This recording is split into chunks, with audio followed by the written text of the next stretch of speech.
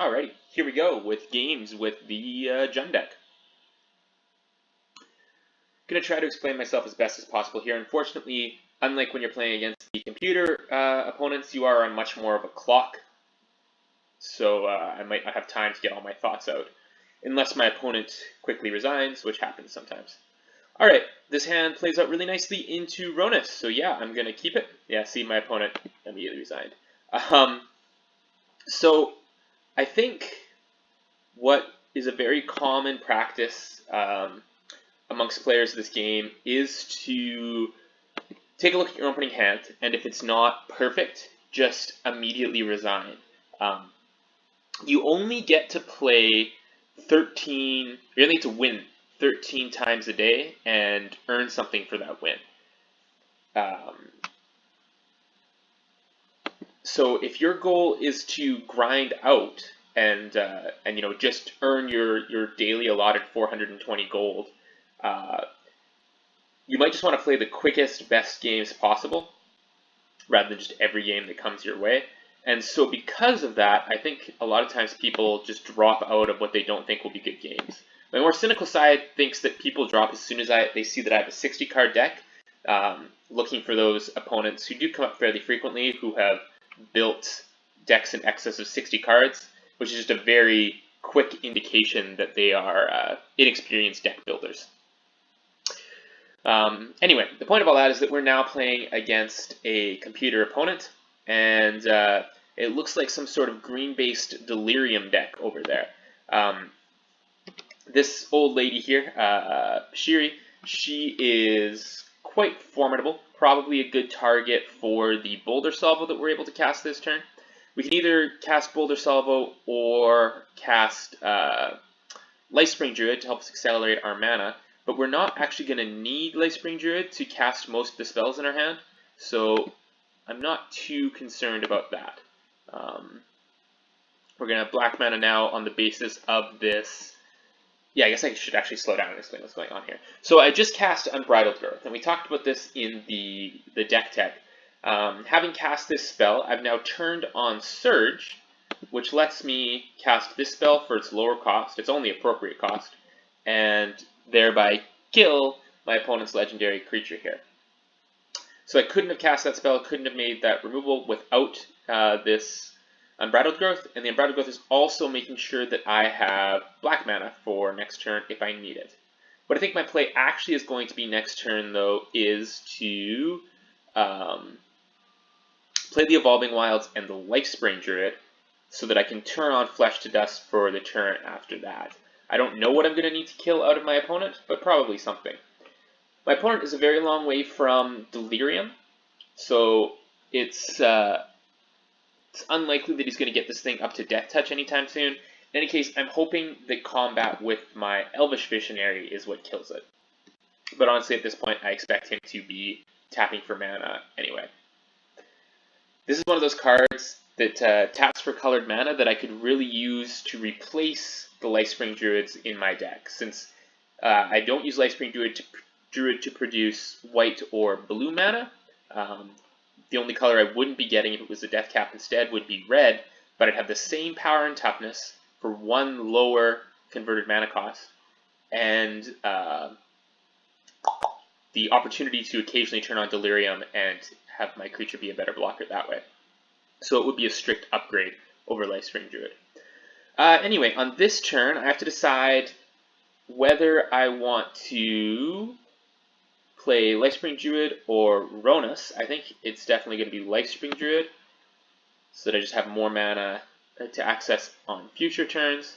And I'll play the Evolving Wilds this turn because I don't need a constant to play untapped land like the Forest. I'll save that for next time. Gonna make sure that I have access to black mana here. It's getting to the point where I might want to think about sacrificing this Unbridled Growth, and because of that, I want to make sure that I still have Swamps up to combine with my Lifespring Druid to cast Flesh to Dust.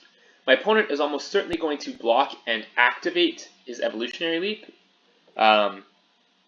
to prevent the 1 damage and to get some value out of his Death Cap Cultivator If he doesn't do that, I take it as a sign that he has some use for the Deathcap Cultivator mana. Okay, so yeah, no blocks, which means that he's almost certainly going to be casting a large spell on his turn.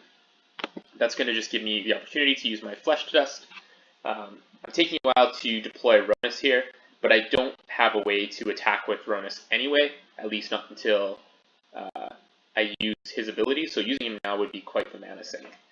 So, as expected, my opponent does have a large creature, in this case an Outland Colossus, which would be scary, because this would have to eat one of my creatures every single turn, or else hit me for 6, become Renown, and kill me. But as things stand, I'm just going to be able to kill it with the Flesh to Dust.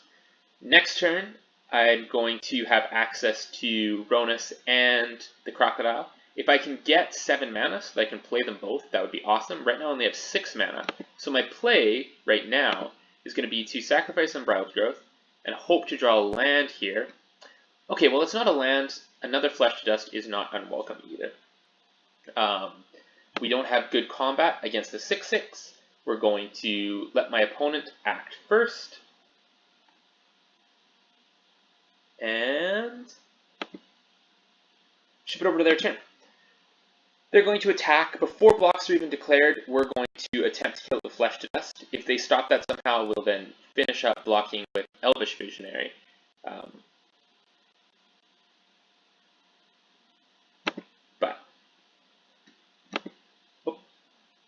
Here we go. Okay, no problem there, killing his giant creature. Does he have a follow-up? Maybe another one? Okay, this is, I don't know, maybe slightly less scary. It does allow him to recur the creature he just played. And that's kind of annoying, but as a 5/4, I'm less worried about it than the 12/12 that we thought he was playing.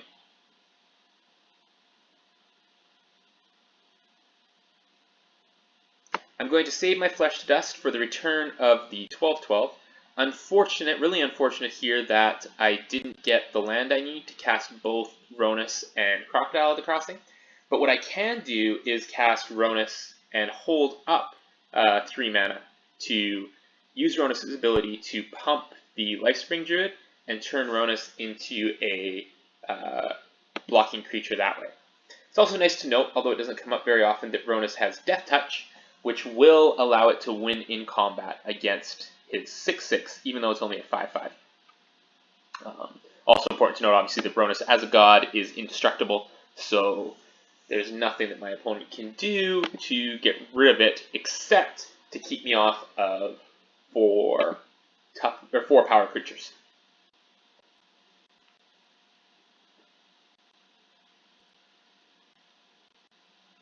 So I think my opponent's plays this turn are fairly straightforward. Because it's the AI, it might decide to attack with the 5/4. And it also might decide to attack with the 5/4 just because the 5/4 dying would allow it to bring back its legendary creature here. So it might want to make that trade, the 5/4 for the 1/1, just because this creature has a lot more utility anyway. We'll see though. That would be a really on point kind of move for the computer to make. That would take a lot of foresight. Okay, yeah, I guess he is going to do that. Return it to his hand. Oh no, he's activating the evolutionary leap ability to make this happen, which is allowing to draw into Herald of the Pantheon, which is just fine by us. That's really not going to do much. It's kind of taken the tough decisions off of us by kind of giving us a free cast of Flesh to Dust for our next turn.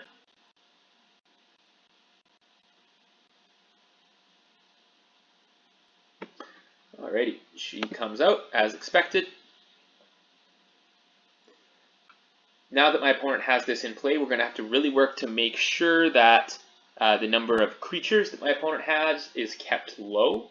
That's not going to be too hard once we start attacking with Rhonas. Unfortunately here, we did not draw the land that we would need to kind of make a double play with Flesh to Dust and something else in our hand. So what we can do is either play out the Druid, hold back 3 mana, and hope that he comes to combat with us, because we're going to be able to win that combat unless he has some other tricks. Or we can just play the Flesh to Dust now, kill his guy, and be safe that way. This is tough. I think I'm going to go with this plan. We'll play the Lifespring Druid. That gives us the ability to block any of his incoming attackers with Ronus, and we'll go from there.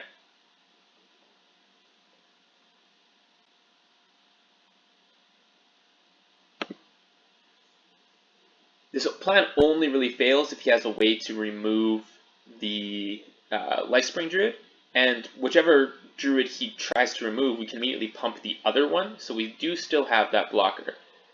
So it is going to be tough for my opponent to get through here. So I think this is a reasonable plan. It does give him a turn spent using his creature here to produce, to produce what will be a 3/3. And if he wants, he can then immediately sacrifice or use Evolutionary Leap targeting that token, although I think if that was his plan, he would have made the smaller creature.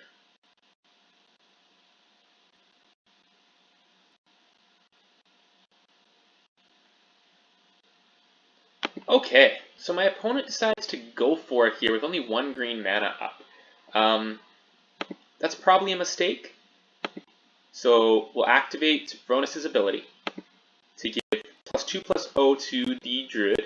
Now that the Druid is a 4/1, Ronus is sufficiently worshipped that he can engage in combat with this 6/6. And again, because of Ronus' combined abilities of Death Touch and Indestructible, that's going to allow him to win that combat. Now, my opponent uses Evolutionary Leap to evolve his guy into a Blister Pod. So I guess maybe he just thought it was worth getting rid of his big guy anyway. But he worked really hard for that 6/6, so I'm kind of surprised.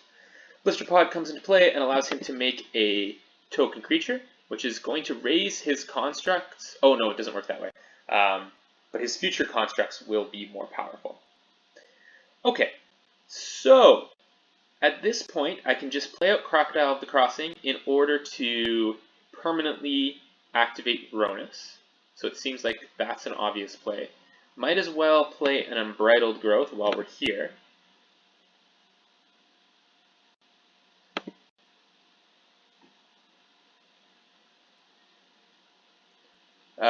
I have to put a -1/-1 counter on one of my creatures. It's going to have to be the Crocodile itself. I mean, the elf is actually fine. I hate to lose a creature doing this, but that elf has been doing nothing for me anyway.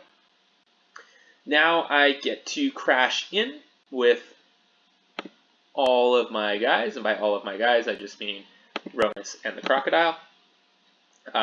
He can double block the Croc. He can put both his Blister Pod and his 3/3 in front of it. And he might choose to do that. I consider that a perfectly valid trade. Yeah, so that's the block he makes. We're just really happy to keep creatures off his board because it's stopping his legend here from just creating giant creatures that are much more difficult for us to deal with.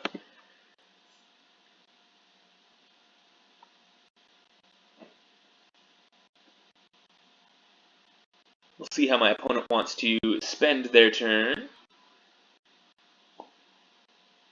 Looks like just by making another 3/3 token.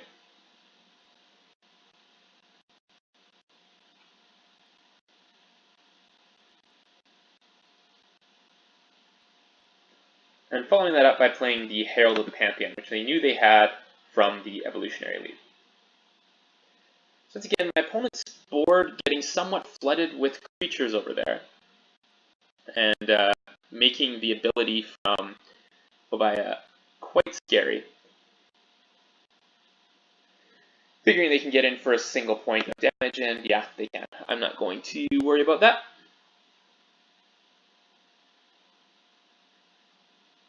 Off the top. Alrighty, I find a Soul Stinger. So, this guy puts me in an interesting position here. What I can do is play the Reckless Racer first, play the Soul Stinger second, put the counters from the Soul Stinger onto the Reckless Racer, and that will activate Ronus for me. And leave me with a pretty formidable blocker in the form of the Soul Stinger.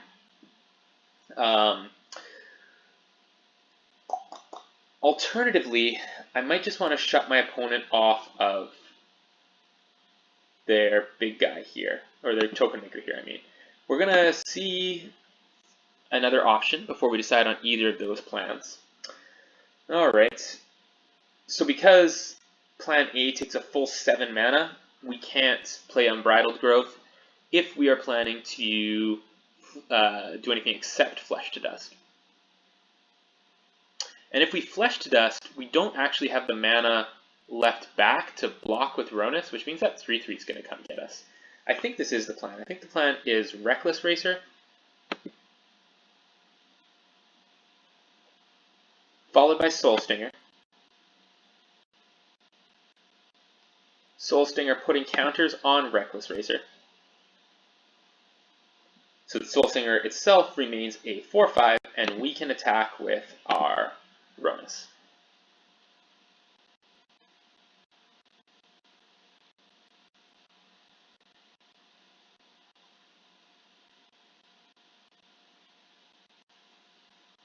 Opponent chooses not to block, which puts them in some trouble. There's now a number of cards off the top of our deck which are lethal. Chandra's Outrage, for example, would be really strong for us right now. Hazoret would be amazing. Once the opponent's at 9 life, there's just a lot of options. They produce a 5/5 creature, which is, not nothing. But it can't attack this turn. I have my 4/5 blocker ready to go.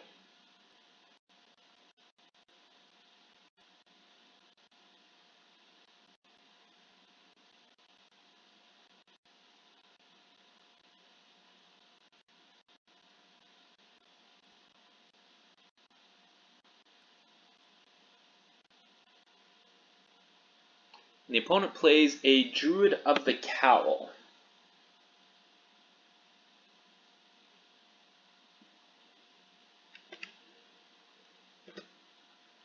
Alright, Boulder Solvo for us. So we've got a bunch of removal options available to us right now.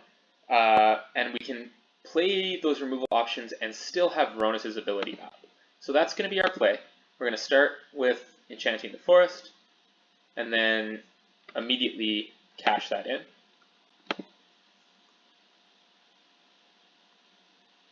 Cool. Rootbound Crag doesn't suck. Boulder Solvo can then be played for its surge cost, and we can get rid of their annoying token maker there.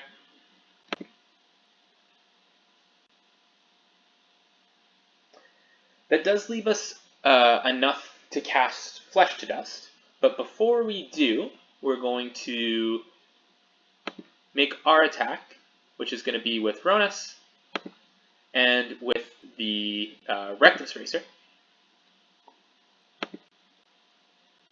Reckless Racer's ability activates. Against a human opponent, they might think that the only reason I'm doing this is to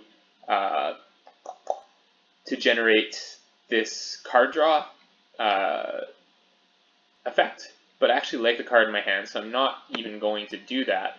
What I'm really doing it for is, it's a first striker, and if he blocks with one of his weaker creatures, I'll be able to use Ronus' ability on my guy to kill it. So he didn't. He blocked with a 1/3. I don't have the full mana to make this work, but that's okay. The whole thing still goes off, and I'm left with enough mana to cast the Flesh to Dust on my opponent's 5/5 during their turn. Oh shoot! Nope. Okay, almost made a huge mistake there. My opponent can activate Evolutionary Leap in response to me attempting to kill their construct, assuming they have 1 green mana open. So I need, or I don't need to, but I do get advantage by Flesh to Dusting now rather than later. It's a small thing. My opponent probably isn't going to have time to take advantage of whatever they do happen to produce off Evolutionary Leap anyway, but it's not nothing.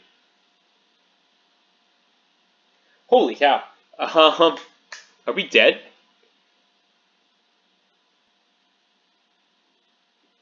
Wow. Okay, so opponent plays an Eldrazi. Needs to emerge 1 creature and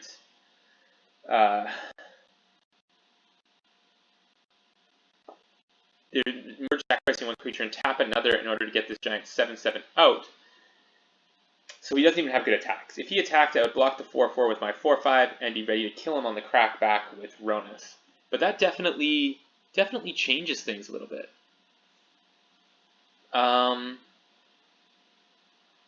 Okay, so our plan now is going to be to attack with the Soul Stinger.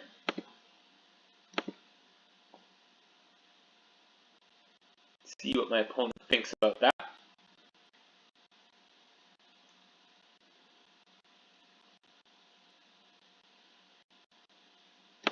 Blocking with their 7/7. So we're just going to use all of our mana to make sure that their creature also dies.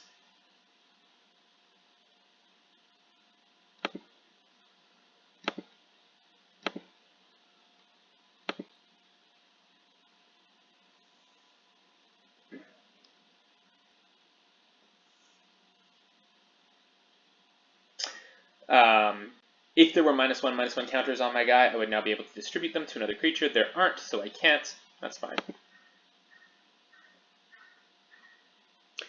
Ronus temporarily turned off for 1 blocking step here. However, next turn I will be able to play the Lifecraft Cavalry and immediately have Ronus active again. The 4/4 from my opponent doesn't have anything to kill upon entering the battlefield. My opponent does have a free attack with their 3/3.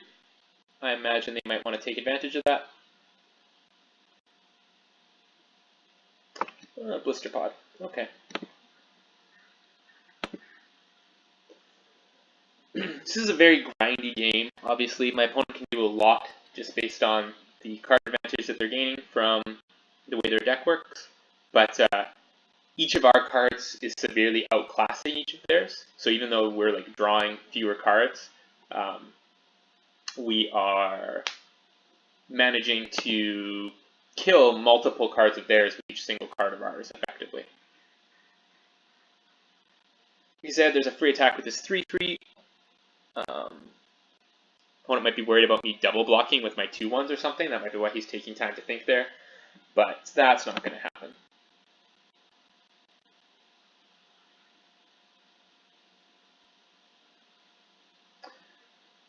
Okay, another Lifespring Druid and a Lifecraft Cavalry to deploy here.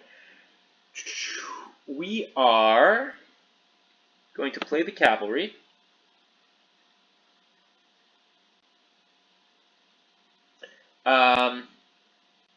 We could attack with Ronus now. Do we want to attack with Ronus? The 4/4 is pretty good against his entire board of things. The only real concern is another Decimator of the Provinces. But I think that's a Mythic anyway. Let me see here. Yeah, it's a Mythic anyway. He can't have another one of those. So we will attack with Ronus.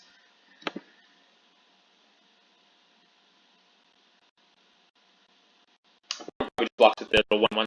That's fine. We're just on plan to keep them off as many creatures as possible here.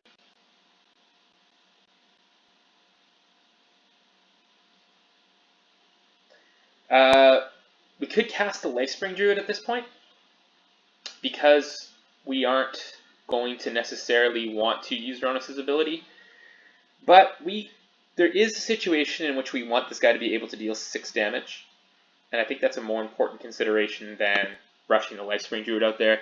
It's not like we're going to be able to use that extra single point of mana in many situations.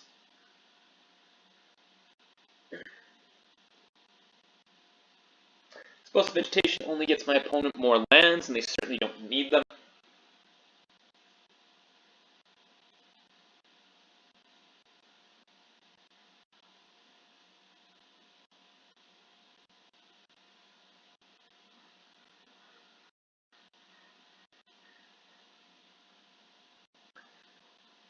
Deathcap Cultivator doesn't have Death Touch yet.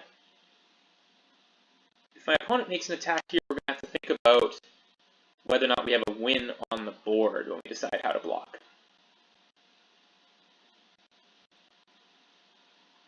Okay, my opponent just does an attack, so that suggests to me that any attack that they did have would have given us the win. Alright, do we have some use for Gravedigger here to end this for us? Possibly. We could use Gravedigger to get back our Crocodile for an instant attacker. We could use Gravedigger to get back our Soul Stinger as well. Let's kind of take a look at the options here and the mana we have available. We're fielding 8 total mana right now. So Gravedigger could bring back any 4 mana creature. That's both the ones that we mentioned. Doing that, though, leaves me without any ability to activate Ronus.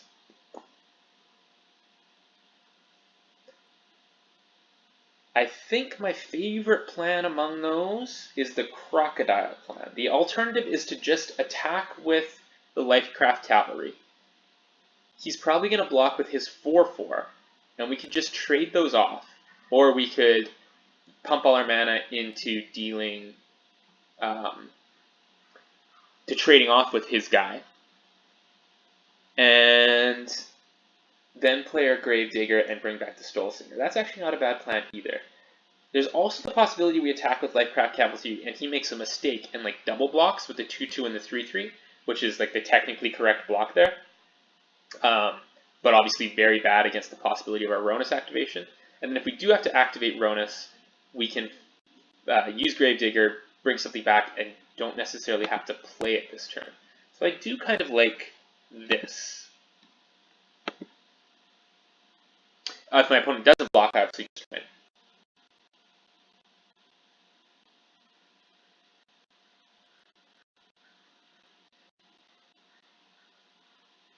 Okay, so yeah, like, this is the difficulty with playing against AI. A block with a 3/3 and a 2/2 is the naturally correct choice against a 4/4. You should do that every single time in like limited gameplay. But I have a very visible trick on board, which is to pump with Ronus. And given that, their double block is very bad here. So, yeah. It is questionable when the computer makes these kind of choices. I didn't realize this, but I guess it's obvious. I am giving away my 4/4 there, so to keep Ronus up as a blocker, I do need to keep mana back, but I'm okay with that. I'm okay with saving the Gravedigger till next turn.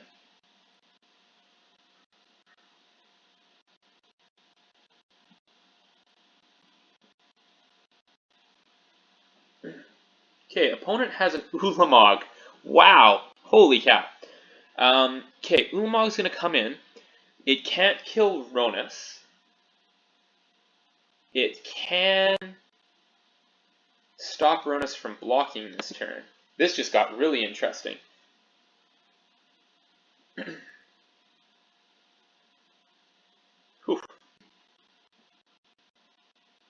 So I can't survive 2 attacks from Ulamog. If it attacks just twice, I do lose the game. And I believe it's indestructible, right? Yeah, it's indestructible, so my my buffs don't do me any good here. what I can do, 1, 2, 3, 4, 5, 6, 7.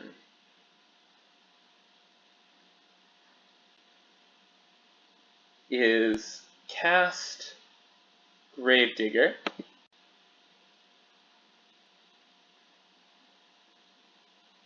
Get back Crocodile of the Crossing.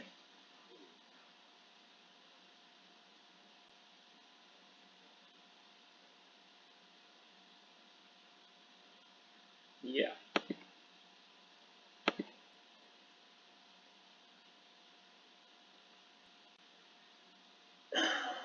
And then, let's see, 1, 2, 3, 1, 2, 3, 1, 2, 3, 1, 2. Next turn I'm going to cast Crocodile of the Crossing for 4 and be ready to pump it to 7 points of trample damage. So the question is, do I cast Lifespring Druid, or do I prepare to block with Ronus, or do I attack with Ronus? Attacking with Ronus doesn't do anything, they just bounce off. Just bounces off the Ulamog.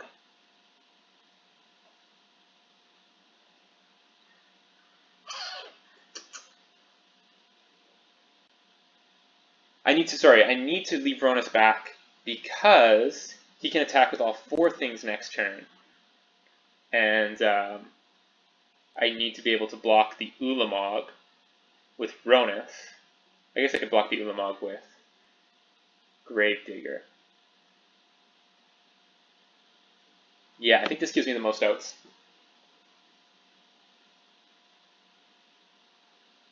Wow, I did not expect an Ulamog to come out. I think I probably could have killed my opponent earlier, but I just thought I had the late game locked up, so I was playing it slow and carefully. Whew. If he would have drawn it off the evolution, I would have sped things up. He just kind of found what he needed.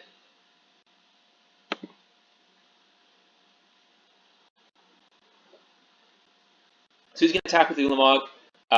The top 10 cards of my library are then going to go into my graveyard.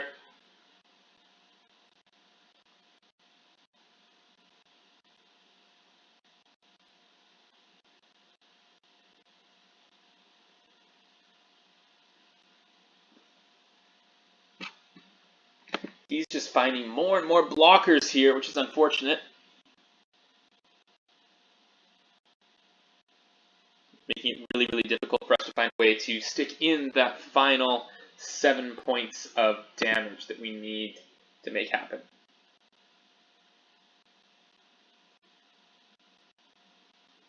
I think this is probably going to be enough blocking power that he feels comfortable attacking with Ulamog. Whether he also feels comfortable attacking with the 4/4 is kind of the open question. I think if he does attack with the 4/4, then oh, whoa, okay. Attacking with everything probably gives us the win. I really hope.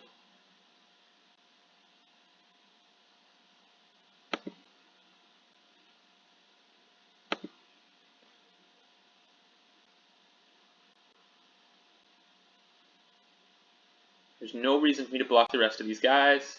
With my 2/1, the mana is too important. Let's confirm that block.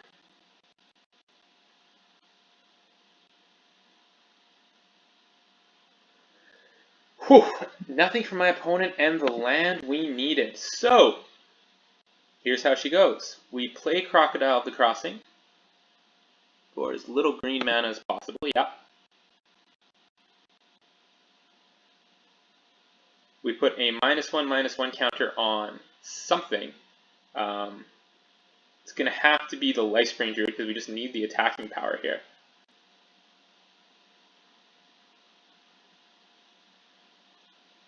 Then, while that's happening, we use Ronus' ability to boost the Crocodile,